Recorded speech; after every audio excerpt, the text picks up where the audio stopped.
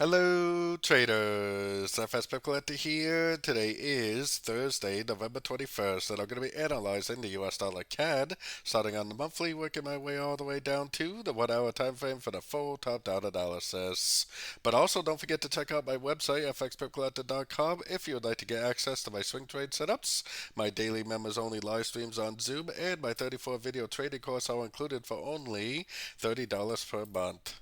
So anyways, on the US dollar CAD, we are sitting at a nice fib level right here, which does seem like a very good place for this to turn back down. Like I've been saying, it really looks like an uptrend for an A. It looks like it needs to make 1, 2, 3 waves down for a C before it actually goes up and makes another push up for the bigger wave C. So let's keep an eye on that. Let's head down to the weekly time frame. On the weekly time frame, to me, it still looks like a very clear downtrend right here for an A. I still think that this is likely an A. I still think it looks like a possible B and a possible uptrend for a C. If this is a big ABC correction like this, then it would very likely turn down and make a big downtrend, which would likely take out all these lows for the bigger wave C. So let's take it down to the daily time frame. On the daily time frame, we definitely had a very strong move to the downside, but there is no end of a trend.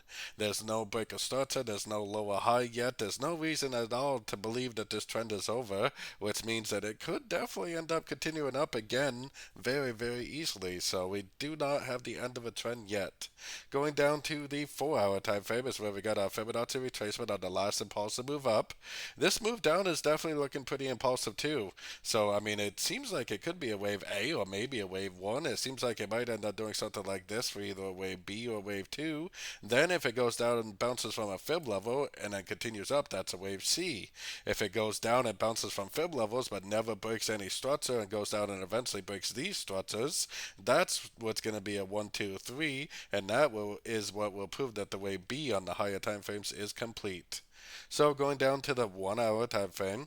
On the 1 hour time frame, it kind of looks to me like it's going to end up drifting up. I mean, to me, this looks like an A or 1, like I was just explaining. This looks like a possible A. This looks like a possible B. It kind of looks like it needs to drift up for a C. And then this would, like I said, would either be an ABC of B or an ABC of 2, which means once this wave B is complete, which it might even go up and take out this high, it should go down and make either a wave C or a wave 3, just like I was explaining on the 4 hour time frame. So don't forget to join my free Discord channel, which is linked down here in the corner. And as always, thank you and happy trading.